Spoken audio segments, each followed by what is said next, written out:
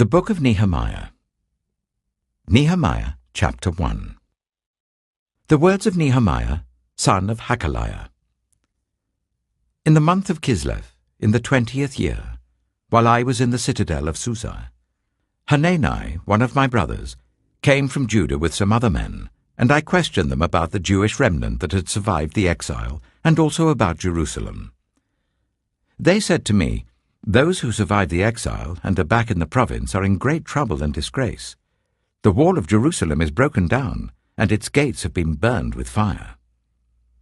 When I heard these things, I sat down and wept. For some days I mourned and fasted and prayed before the God of heaven.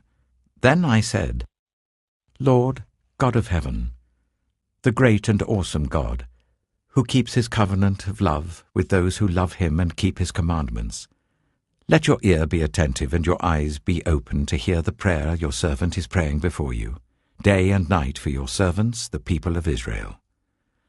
I confess the sins we Israelites, including myself and my father's family, have committed against you. We have acted very wickedly towards you.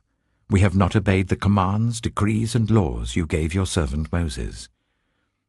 Remember the instruction you gave your servant Moses, saying, 'If you are unfaithful, I will scatter you among the nations. But if you return to me and obey my commands, then even if your exiled people are at the farthest horizon, I will gather them from there and bring them to the place I have chosen as a dwelling for my name. They are your servants and your people, whom you redeemed by your great strength and your mighty hand. Lord, let your ear be attentive to the prayer of this your servant, and to the prayer of your servants who delight in revering your name. Give your servant success today by granting him favor in the presence of this man."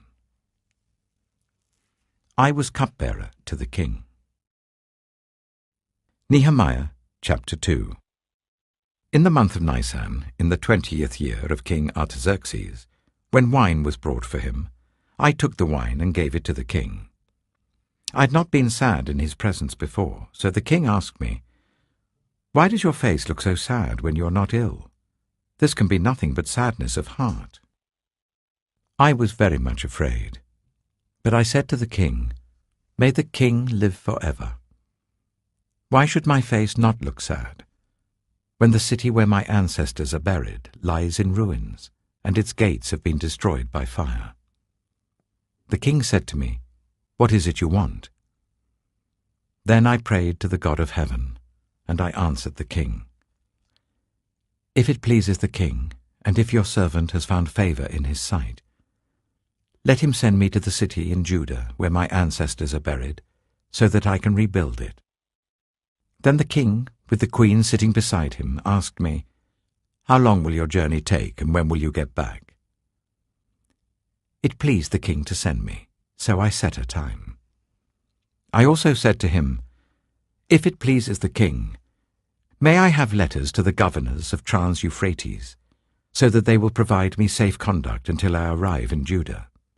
And may I have a letter to Asaph, keeper of the royal park, so he will give me timber to make beams for the gates of the citadel by the temple, and for the city wall, and for the residence I will occupy."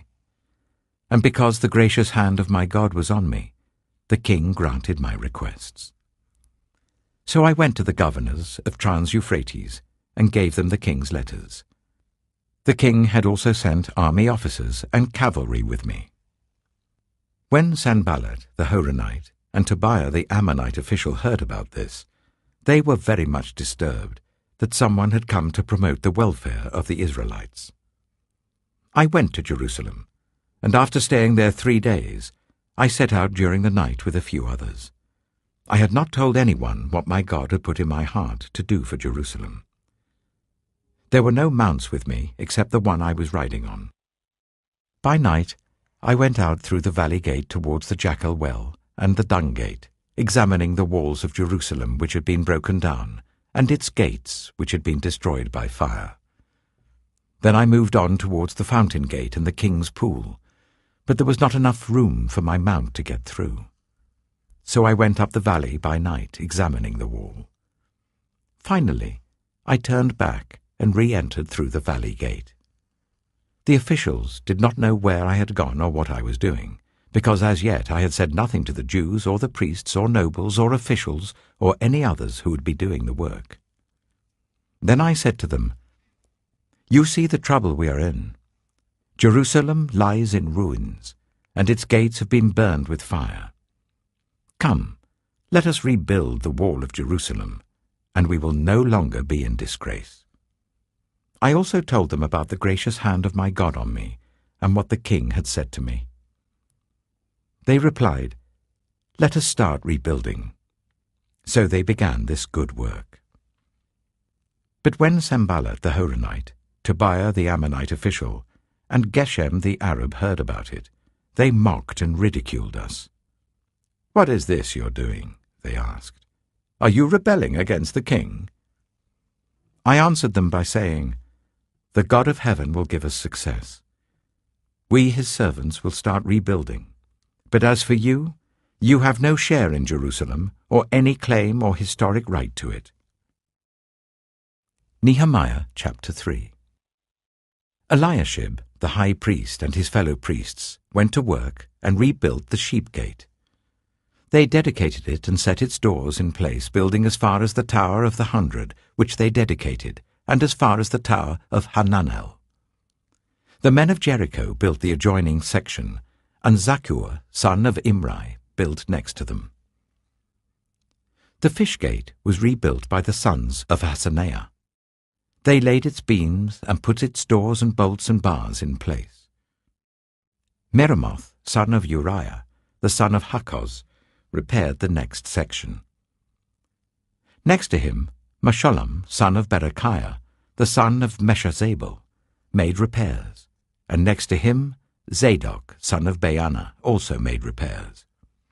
The next section was repaired by the men of Tekoa, but their nobles would not put their shoulders to the work under their supervisors. The Jeshanah gate was repaired by Joiada, son of Paseah, and Meshullam, son of Besadiah. They laid its beams and put its doors with their bolts and bars in place. Next to them, repairs were made by men from Gibeon and Mizpah, Melatiah of Gibeon and Jadon of Meronoth, places under the authority of the governor of Trans-Euphrates. Uzziel, son of Hariah, one of the goldsmiths, repaired the next section, and Hananiah, one of the perfume makers, made repairs next to that. They restored Jerusalem as far as the broad wall. Raphiah, son of Hur, ruler of a half-district of Jerusalem, repaired the next section.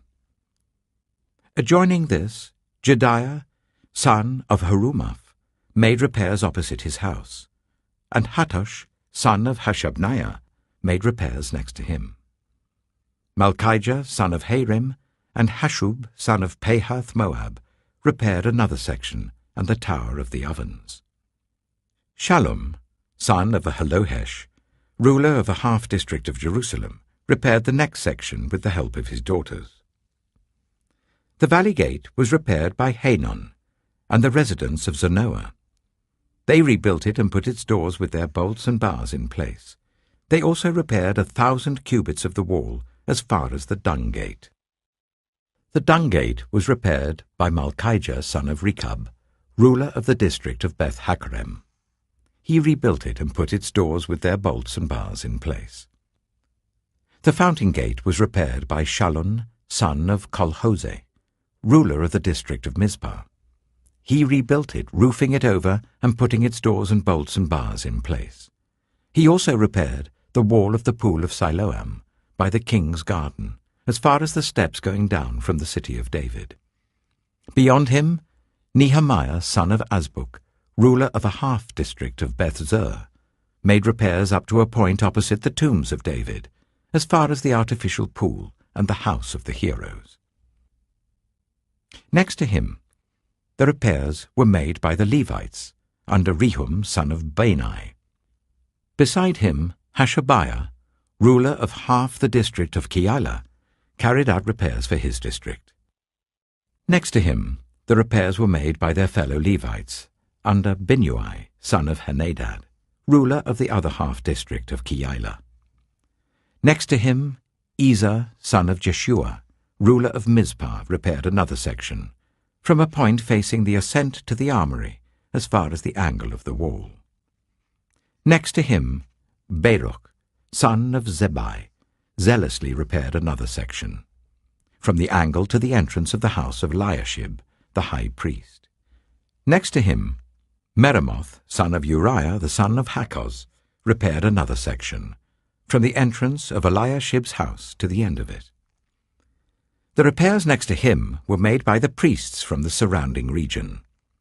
Beyond them, Benjamin and Hashub made repairs in front of their house, and next to them, Azariah, son of Maaseiah, the son of Ananiah, made repairs beside his house. Next to him, Binnui, son of Henadad, repaired another section, from Azariah's house to the angle and the corner. And Palal, son of Uzai, worked opposite the angle and the tower projecting from the upper palace near the court of the guard. Next to him, Pedaiah, son of Poirot, and the temple servants living on the hill of Ophel, made repairs up to a point opposite the water gate towards the east and the projecting tower. Next to them, the men of Tekoa repaired another section, from the great projecting tower to the wall of Ophel. Above the horse gate, the priests made repairs, each in front of his own house. Next to them, Zadok, son of Immer, made repairs opposite his house. Next to him, Shemaiah, son of Shechaniah, the guard at the east gate, made repairs. Next to him, Hananiah, son of Shelemiah, and Hanun, the sixth son of Zalaph, repaired another section. Next to them, Meshullam, son of Berechiah, made repairs opposite his living quarters. Next to him, Malchijah, one of the goldsmiths, made repairs as far as the house of the temple servants and the merchants, opposite the inspection gate, and as far as the room above the corner. And between the room above the corner and the sheep gate, the goldsmiths and merchants made repairs. Nehemiah chapter 4. When Sanballat heard that we were rebuilding the wall, he became angry and was greatly incensed. He ridiculed the Jews, and in the presence of his associates and the army of Samaria. He said, "What are these feeble Jews doing? Will they restore their wall? Will they offer sacrifices? Will they finish in a day? Can they bring the stones back to life from those heaps of rubble, burned as they are?" Tobiah the Ammonite, who was at his side, said, "What they are building, even a fox climbing up on it would break down their wall of stones." Hear us, our God, for we are despised. Turn their insults back on their own heads. Give them over as plunder in a land of captivity. Do not cover up their guilt or blot out their sins from your sight, for they have thrown insults in the face of the builders. So we rebuilt the wall, till all of it reached half its height, for the people worked with all their heart. But when Sanballat, Tobiah, the Arabs, the Ammonites, and the people of Ashdod heard that the repairs to Jerusalem's walls had gone ahead, and that the gaps were being closed, they were very angry. They all plotted together to come and fight against Jerusalem and stir up trouble against it. But we prayed to our God, and posted a guard day and night to meet this threat. Meanwhile, the people in Judah said, "The strength of the laborers is giving out, and there is so much rubble that we cannot rebuild the wall." Also our enemies said, "Before they know it or see us, we will be right there among them, and will kill them and put an end to the work." Then the Jews who lived near them came and told us 10 times over, "Wherever you turn, they will attack us." Therefore I stationed some of the people behind the lowest points of the wall, at the exposed places, posting them by families with their swords, spears, and bows.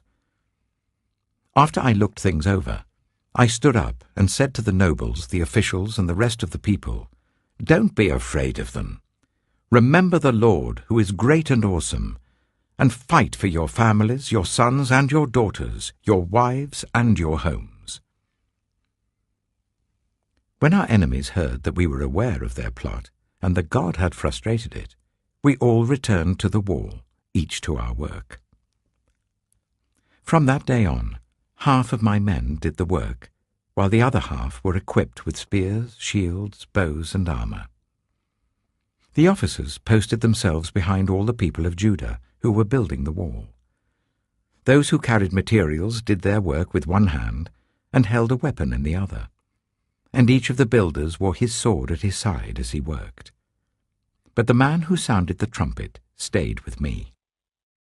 Then I said to the nobles, the officials, and the rest of the people, "The work is extensive and spread out, and we are widely separated from each other along the wall. Wherever you hear the sound of the trumpet, join us there. Our God will fight for us." So we continued the work with half the men holding spears, from the first light of dawn till the stars came out. At that time I also said to the people, "Let every man and his helper stay inside Jerusalem at night, so that they can serve us as guards by night and as workers by day." Neither I nor my brothers nor my men nor the guards with me took off our clothes. Each had his weapon, even when he went for water. Nehemiah chapter 5. Now the men and their wives raised a great outcry against their fellow Jews. Some were saying, "We and our sons and daughters are numerous. In order for us to eat and stay alive, we must get grain." Others were saying, "We are mortgaging our fields, our vineyards, and our homes to get grain during the famine." Still others were saying, "We have had to borrow money to pay the king's tax on our fields and vineyards. Although we are of the same flesh and blood as our fellow Jews, and though our children are as good as theirs, yet we have to subject our sons and daughters to slavery. Some of the daughters have already been enslaved, but we are powerless, because our fields and our vineyards belong to others." When I heard their outcry and these charges, I was very angry. I pondered them in my mind, and then accused the nobles and officials. I told them, "You are charging your own people interest." So I called together a large meeting to deal with them, and said, "As far as possible, we have bought back our fellow Jews, who were sold to the Gentiles. Now you are selling your own people, only for them to be sold back to us." They kept quiet, because they could find nothing to say. So I continued, "What you're doing is not right. Shouldn't you walk in the fear of our God to avoid the reproach of our Gentile enemies? I and my brothers and my men are also lending the people money and grain. But let us stop charging interest. Give back to them immediately their fields, vineyards, olive groves, and houses, and also the interest you're charging them. 1% of the money, grain, new wine, and olive oil." "We will give it back," they said, "and we will not demand anything more from them. We will do as you say." Then I summoned the priests, and made the nobles and officials take an oath to do what they had promised. I also shook out the folds of my robe, and said, "In this way may God shake out of their house and possessions anyone who does not keep this promise. So may such a person be shaken out and emptied." At this the whole assembly said, "Amen," and praised the Lord. And the people did as they had promised. Moreover, from the 20th year of King Artaxerxes, when I was appointed to be their governor in the land of Judah, until his 32nd year, 12 years, neither I nor my brothers ate the food allotted to the governor. But the earlier governors, those preceding me, placed a heavy burden on the people, and took 40 shekels of silver from them in addition to food and wine. Their assistants also lorded it over the people. But out of reverence for God, I did not act like that. Instead, I devoted myself to the work on this wall. All my men were assembled there for the work. We did not acquire any land. Furthermore, 150 Jews and officials ate at my table, as well as those who came to us from the surrounding nations. Each day 1 ox, 6 choice sheep, and some poultry were prepared for me, and every 10 days an abundant supply of wine of all kinds. In spite of all this, I never demanded the food allotted to the governor, because the demands were heavy on these people. Remember me with favor, my God, for all I have done for these people. Nehemiah chapter 6. When the word came to Sanballat, Tobiah, Geshem the Arab, and the rest of our enemies, that I had rebuilt the wall and not a gap was left in it, though up to that time I had not set the doors and the gates, Sanballat and Geshem sent me this message: "Come, let us meet together in one of the villages on the plain of Ono." But they were scheming to harm me.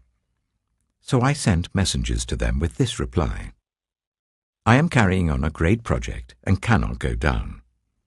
Why should the work stop while I leave it and go down to you?" 4 times they sent me the same message, and each time I gave them the same answer.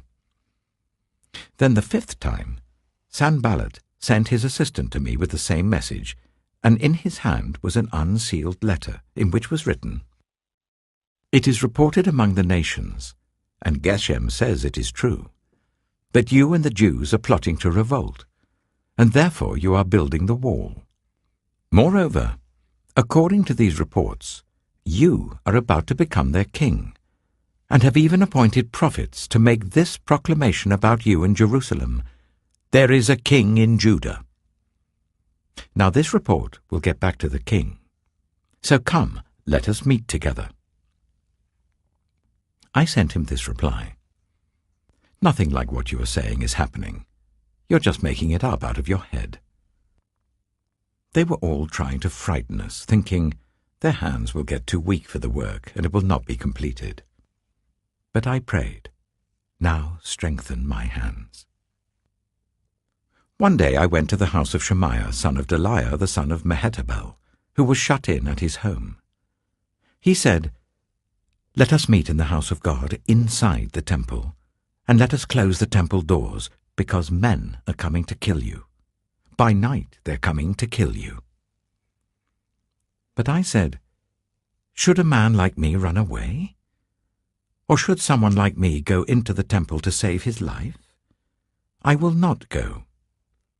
I realized that God had not sent him, but that he had prophesied against me, because Tobiah and Sanballat had hired him. He had been hired to intimidate me, so that I would commit a sin by doing this, and then they would give me a bad name to discredit me. Remember Tobiah and Sanballat, my God, because of what they have done. Remember also the prophet Noadiah, and how she and the rest of the prophets have been trying to intimidate me. So the wall was completed on the 25th of Elul, in 52 days. When all our enemies heard about this, all the surrounding nations were afraid and lost their self-confidence, because they realized that this work had been done with the help of our God. Also, in those days, the nobles of Judah were sending many letters to Tobiah, and replies from Tobiah kept coming to them. For many in Judah were under oath to him, since he was son-in-law to Shechaniah son of Arah, and his son Jehohanan had married the daughter of Meshullam son of Berechiah. Moreover, they kept reporting to me his good deeds, and then telling him what I said, and Tobiah sent letters to intimidate me. Nehemiah chapter 7. After the wall had been rebuilt, and I had set the doors in place, the gatekeepers, the musicians, and the Levites were appointed. I put in charge of Jerusalem my brother Hanani, along with Hananiah, the commander of the citadel, because he was a man of integrity and feared God more than most people do. I said to them, "The gates of Jerusalem are not to be opened until the sun is hot. While the gatekeepers are still on duty, make them shut the doors and bar them. Also appoint residents of Jerusalem as guards, some at their posts and some near their own houses." Now the city was large and spacious, but there were few people in it, and the houses had not yet been rebuilt. So my God put it into my heart to assemble the nobles, the officials, and the common people for registration by families. I found the genealogical record of those who had been the first to return. This is what I found written there. These are the people of the province who came up from the captivity of the exiles, whom Nebuchadnezzar king of Babylon had taken captive. They returned to Jerusalem and Judah, each to his own town, in company with Zerubbabel, Joshua, Nehemiah, Azariah, Rehemiah, Nehemiah, Mordecai, Bilshan, Mispereth, Bigvai, Nehum, and Baanah. The list of the men of Israel. The descendants of Poirot, 2,172. Of Shephatiah, 372. Of Arah, 652. Of Pahath Moab, through the line of Joshua and Joab, 2,818. Of Elam, 1,254. Of Zattu, 845. Of Zaccai, 760. Of Binnui, 648. Of Bebai, 628. Of Azgad, 2,322. Of Adonikam, 667. Of Bigvai, 2,067. Of Adin, 655. Of Atah, through Hezekiah, 98. Of Hashum, 328. Of Bezai, 324. Of Hariph, 112. Of Gibeon, 95. The men of Bethlehem and Netophah, 188. Of Anathoth, 128. Of Beth Azmaveth, 42. Of Kiriath Jearim, Kephirah, and Beeroth, 743. Of Ramah and Jeba, 621. Of Michmash, 122. Of Bethel and Ai, 123. Of the other Nebo, 52. Of the other Elam, 1,254. Of Harim, 320. Of Jericho, 345. Of Lod, Hadid, and Ono, 721. Of Seneah, 3,930. The priests. The descendants of Jediah, through the family of Jeshua, 973. Of Immer, 1,052. Of Pashur, 1,247. Of Harim, 1,017. The Levites. The descendants of Jeshua, through Kadmiel, through the line of Hodaviah, 74. The musicians. The descendants of Asaph, 148. The gatekeepers. The descendants of Shallum, Atah, Talmon, Akub, Hatita, and Shobai, 138. The temple servants.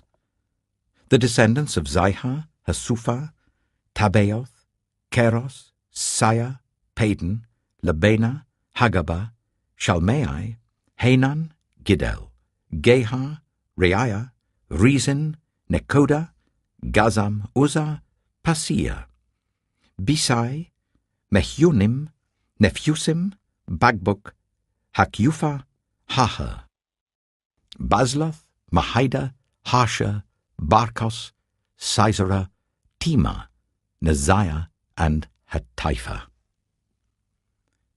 The descendants of the servants of Solomon.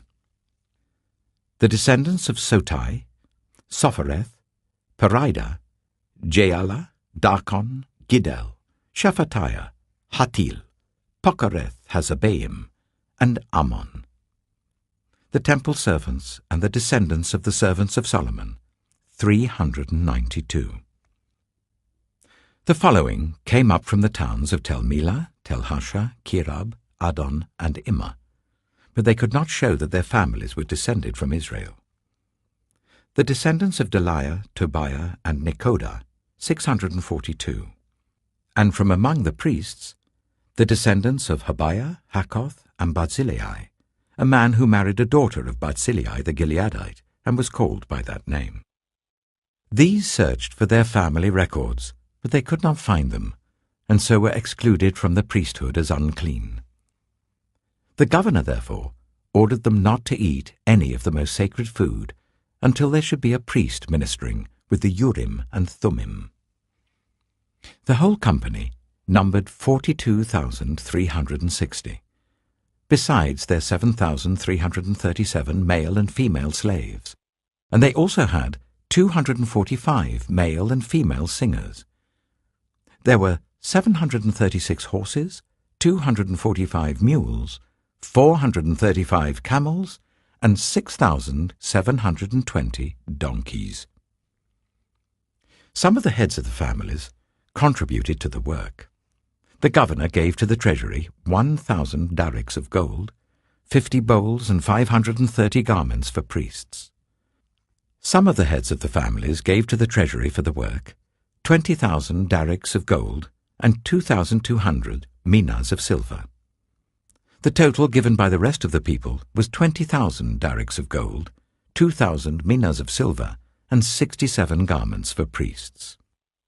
The priests, the Levites, the gatekeepers, the musicians, and the temple servants, along with certain of the people and the rest of the Israelites, settled in their own towns. When the 7th month came, the Israelites had settled in their towns. Nehemiah chapter 8. And all the people came together as one in the square before the water gate. They told Ezra, the teacher of the law, to bring out the book of the law of Moses, which the Lord had commanded for Israel. So on the first day of the 7th month, Ezra the priest brought the law before the assembly, which was made up of men and women and all who were able to understand. He read it aloud from daybreak till noon, as he faced the square before the water gate in the presence of the men, women, and others who could understand. And all the people listened attentively to the book of the law. Ezra, the teacher of the law, stood on a high wooden platform built for the occasion.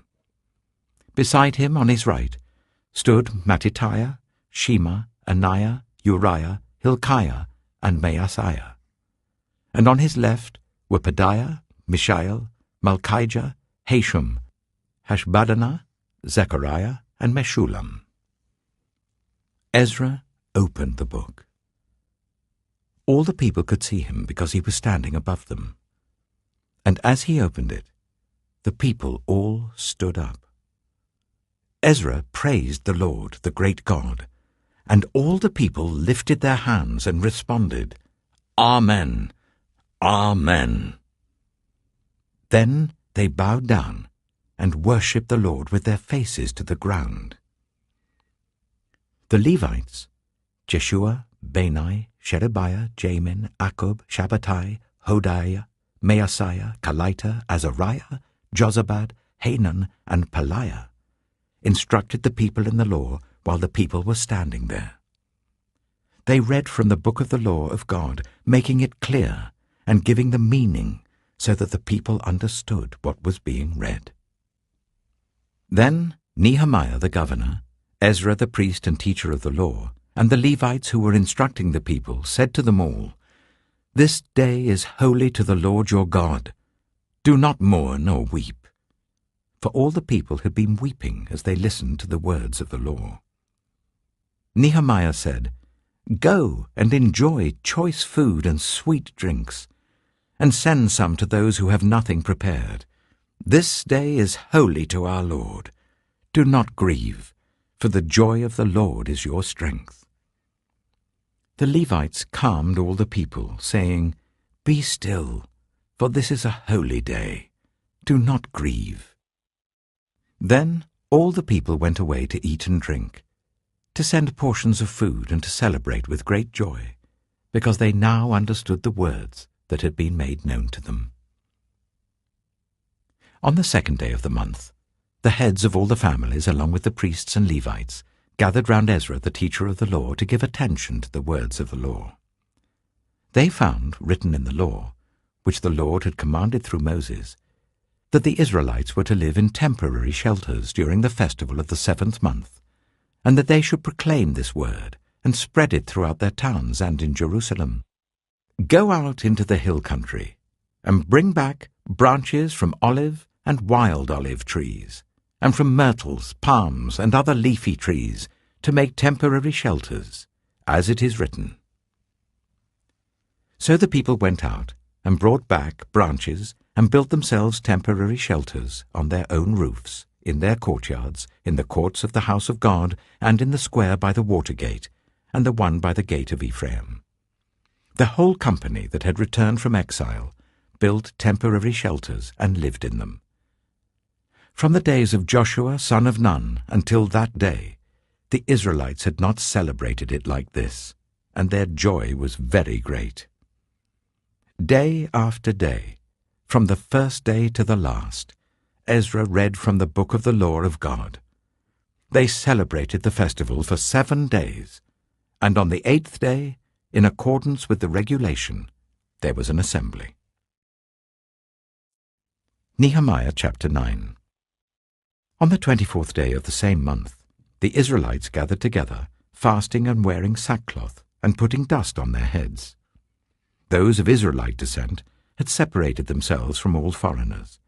They stood in their places and confessed their sins and the sins of their ancestors. They stood where they were and read from the book of the law of the Lord their God for a quarter of the day, and spent another quarter in confession and in worshipping the Lord their God. Standing on the stairs of the Levites were Jeshua, Bani, Kadmiel, Shebaniah, Bunai, Sherebiah, Bani, and Kenani. They cried out with loud voices to the Lord their God. And the Levites, Jeshua, Kadmiel, Bani, Hashabniah, Sherebiah, Hodiah, Shebaniah, and Pethahiah, said, Stand up and praise the Lord your God, who is from everlasting to everlasting. Blessed be your glorious name, and may it be exalted above all blessing and praise. You alone are the Lord. You made the heavens, even the highest heavens, and all their starry host, the earth and all that is on it, the seas and all that is in them. You give life to everything, and the multitudes of heaven worship you. You are the Lord God, who chose Abram, and brought him out of Ur of the Chaldeans, and named him Abraham. You found his heart faithful to you, and you made a covenant with him to give to his descendants the land of the Canaanites, Hittites, Amorites, Perizzites, Jebusites, and Girgashites. You have kept your promise, because you are righteous. You saw the suffering of our ancestors in Egypt. You heard their cry at the Red Sea. You sent signs and wonders against Pharaoh, against all his officials and all the people of his land, for you knew how arrogantly the Egyptians treated them. You made a name for yourself, which remains to this day. You divided the sea before them, so that they passed through it on dry ground, but you hurled their pursuers into the depths, like a stone into mighty waters. By day you led them with a pillar of cloud, and by night with a pillar of fire, to give them light on the way they were to take. You came down on Mount Sinai. You spoke to them from heaven. You gave them regulations and laws that are just and right, and decrees and commands that are good.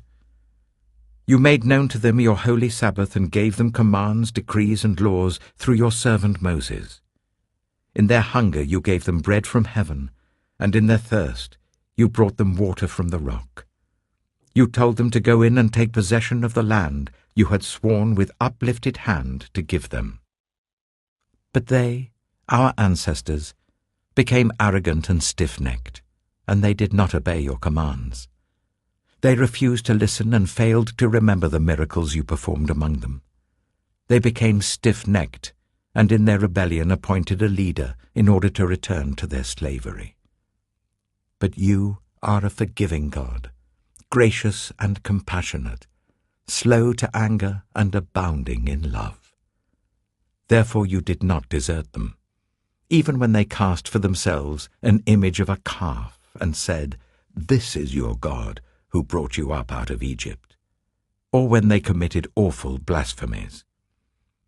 Because of your great compassion, you did not abandon them in the wilderness. By day, the pillar of cloud did not fail to guide them on their path, nor the pillar of fire by night to shine on the way they were to take. You gave your good spirit to instruct them. You did not withhold your manna from their mouths, but you gave them water for their thirst. For 40 years you sustained them in the wilderness. They lacked nothing. Their clothes did not wear out, nor did their feet become swollen. You gave them kingdoms and nations, allotting to them even the remotest frontiers. They took over the country of Sihon, king of Heshbon, and the country of Og, king of Bashan. You made their children as numerous as the stars in the sky, and you brought them into the land that you told their parents to enter and possess. Their children went in and took possession of the land. You subdued before them the Canaanites who lived in the land.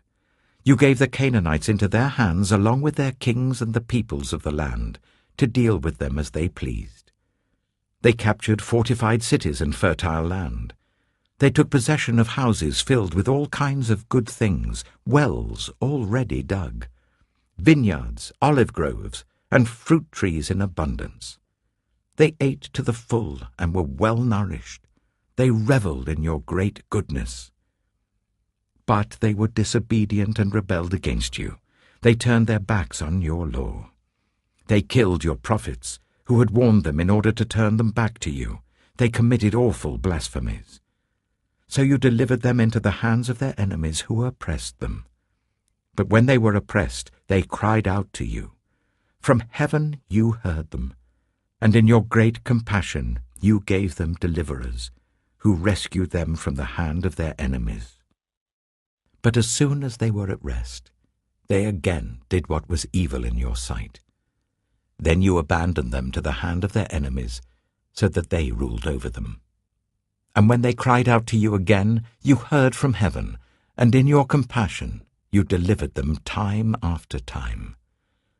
You warned them in order to turn them back to your law, but they became arrogant and disobeyed your commands.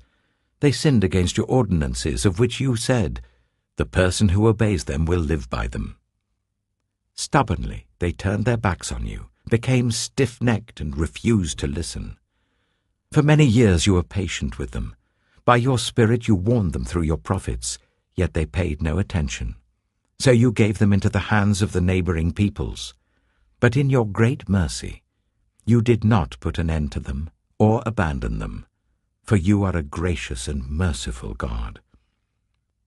Now, therefore, our God, the great God, mighty and awesome, who keeps his covenant of love, do not let all this hardship seem trifling in your eyes, the hardship that has come on us, on our kings and leaders, on our priests and prophets, on our ancestors and all your people, from the days of the kings of Assyria until today.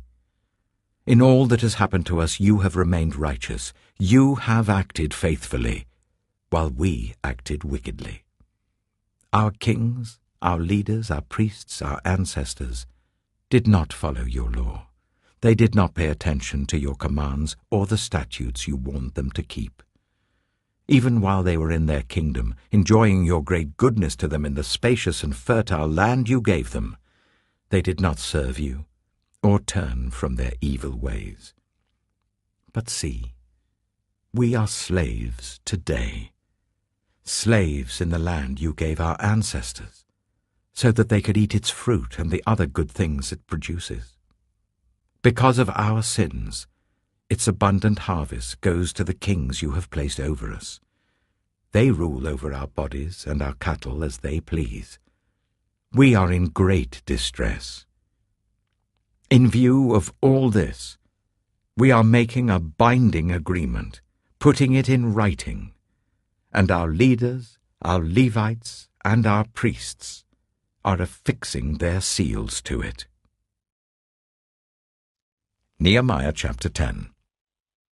Those who sealed it were Nehemiah the governor, the son of Hakaliah, Zedekiah, Sariah, Azariah, Jeremiah, Pashur, Amariah, Melchijah, Hattush, Shebaniah, Malluch, Harim, Miramoth, Obadiah, Daniel, Ginnathon, Barak, Meshullam, Abijah, Mijamin, Maaziah, Bilgai, and Shemaiah. These were the priests. The Levites, Jeshua, son of Azaniah, Binnui, of the sons of Henadad, Kadmiel, and their associates, Shebaniah, Hodiah, Kelita, Peliah, Hanan, Micah, Rehob, Hashabiah, Zakkur, Sherebiah, Shebaniah, Hodiah, Bani, and Beninu.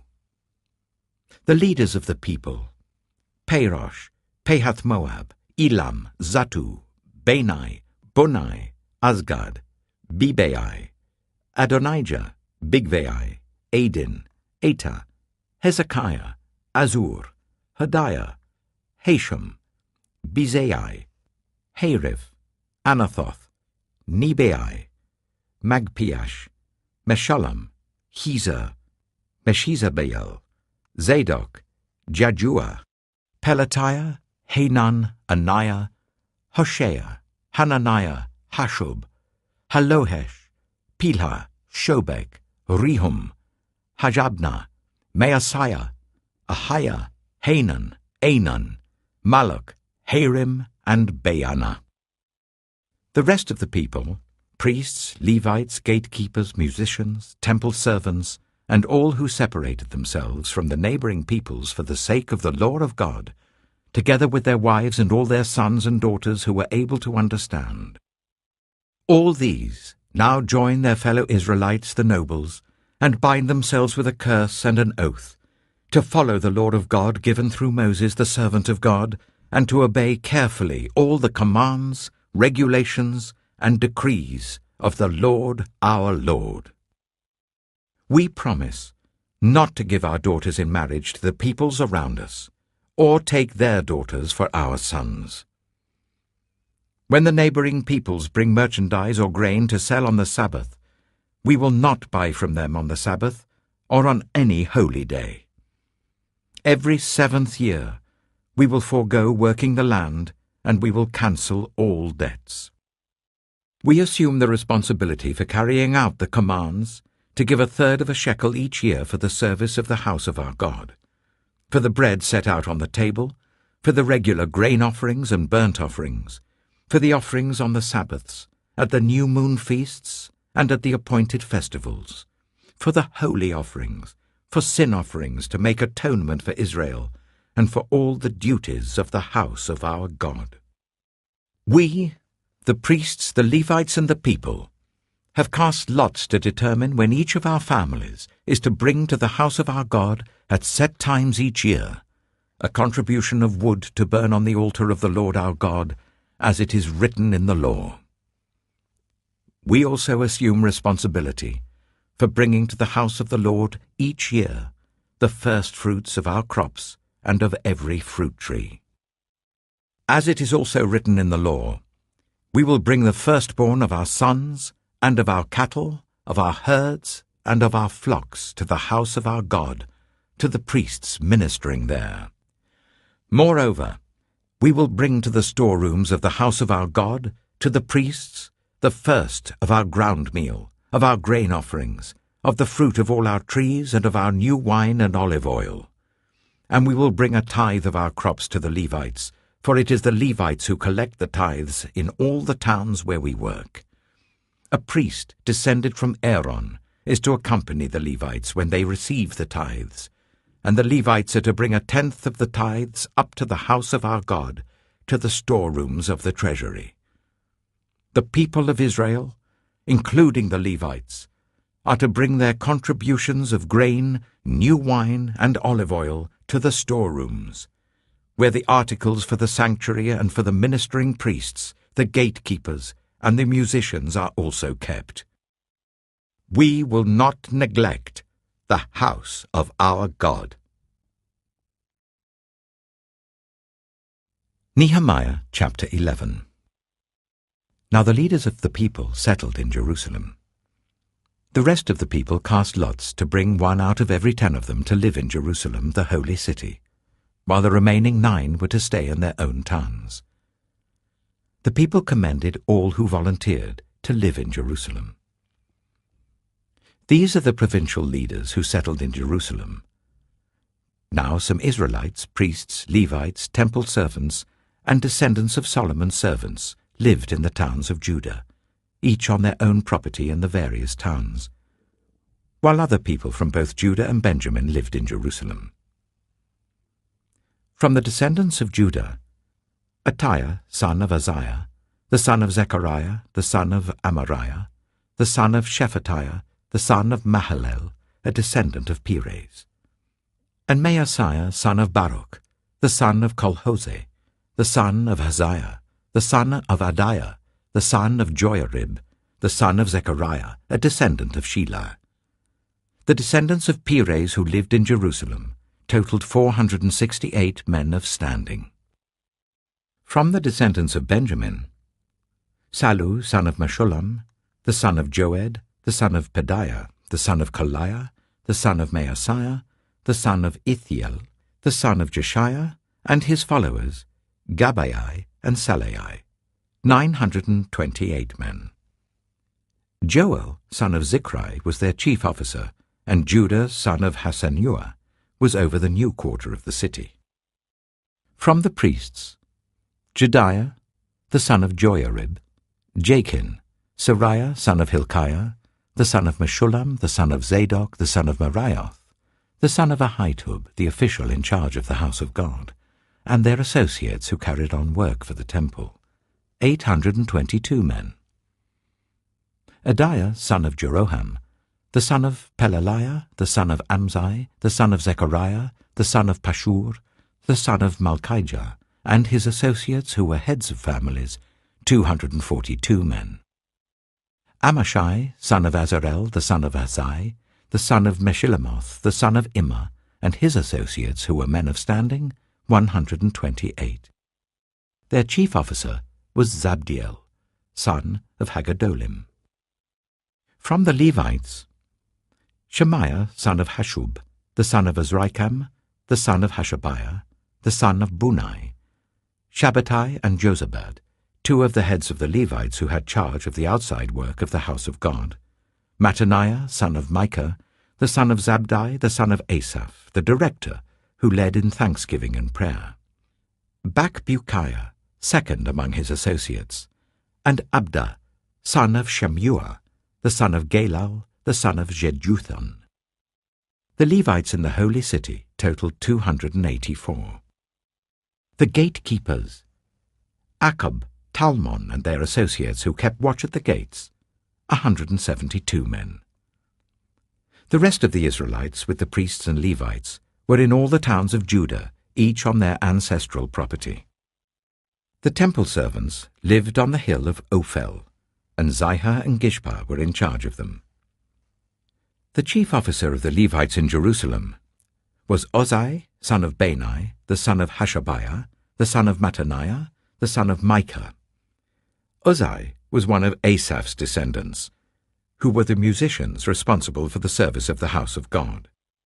The musicians were under the king's orders, which regulated their daily activity.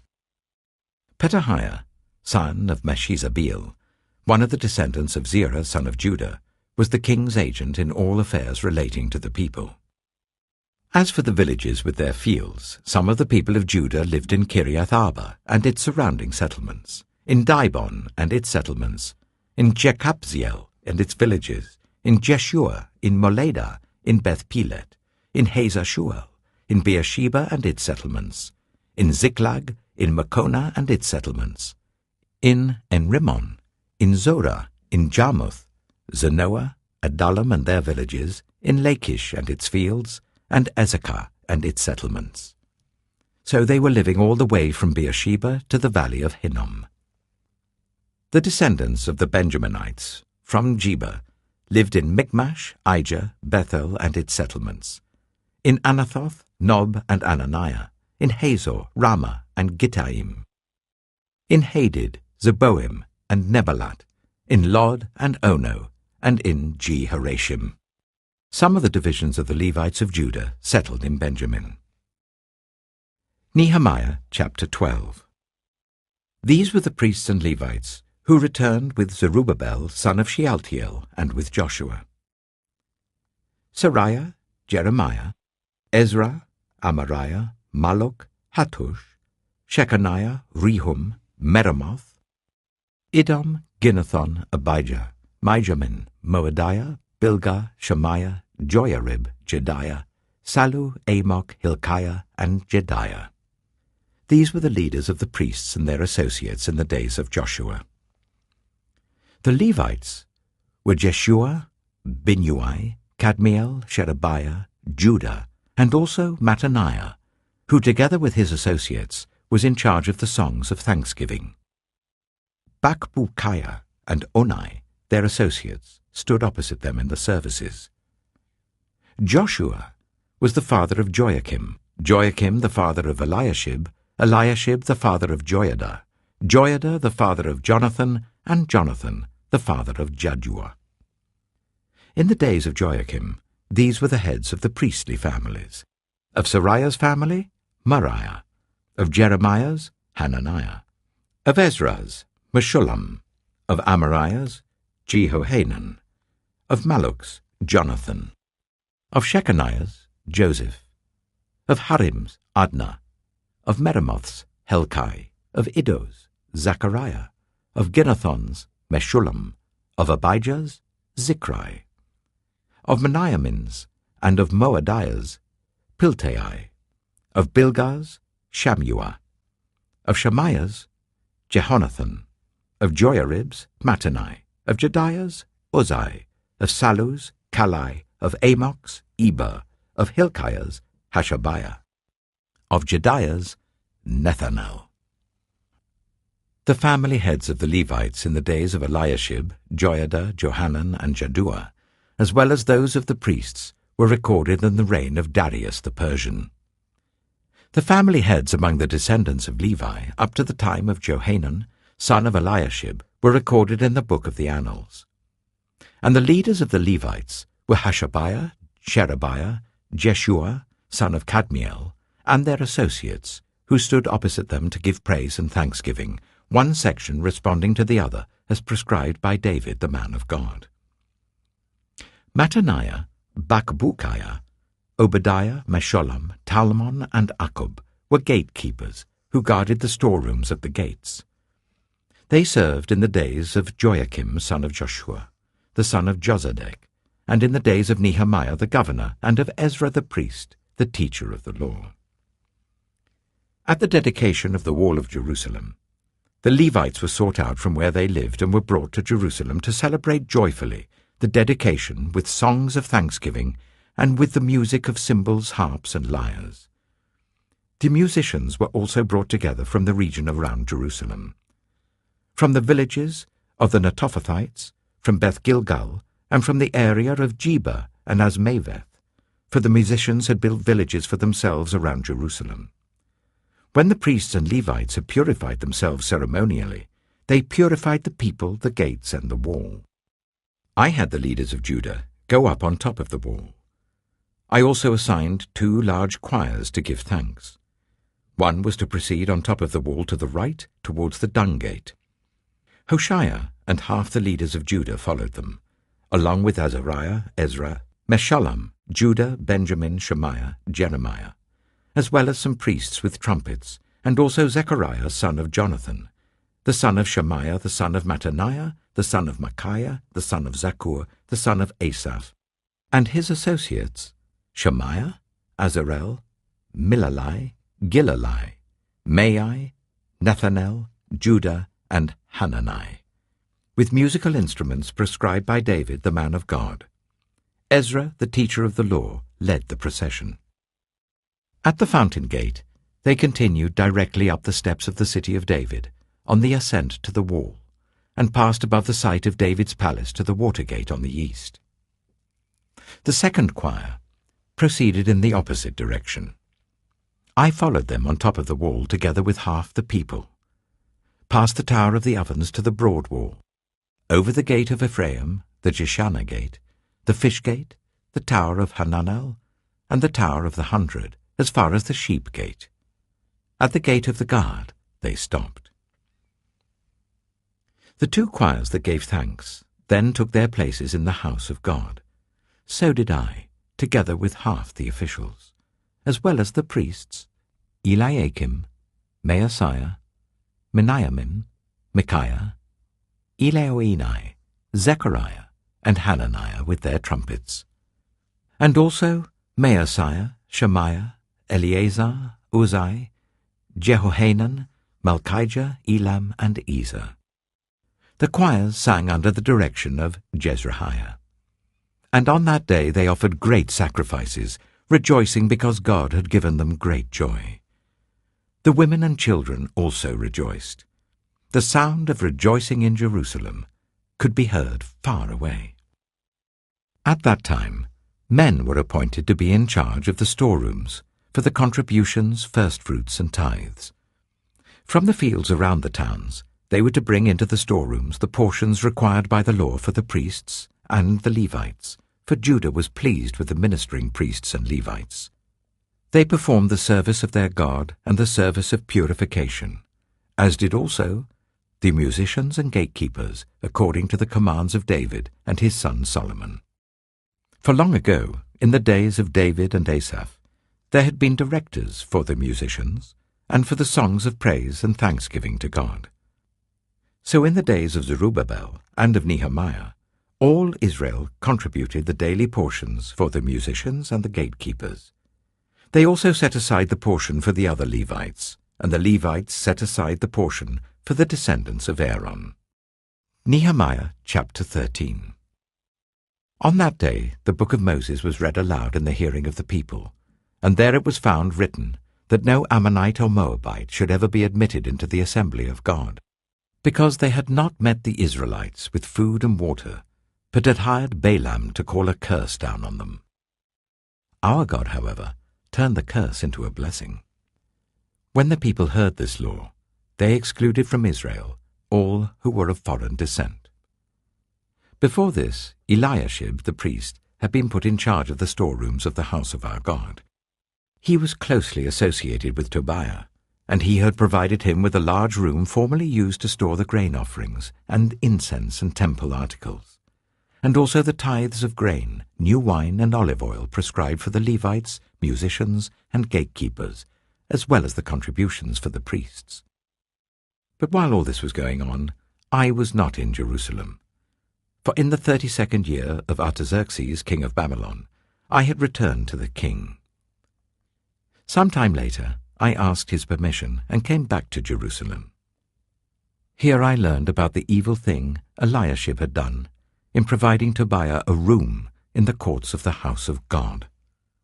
I was greatly displeased, and threw all Tobiah's household goods out of the room. I gave orders to purify the rooms, and then I put back into them the equipment of the house of God, with the grain offerings and the incense.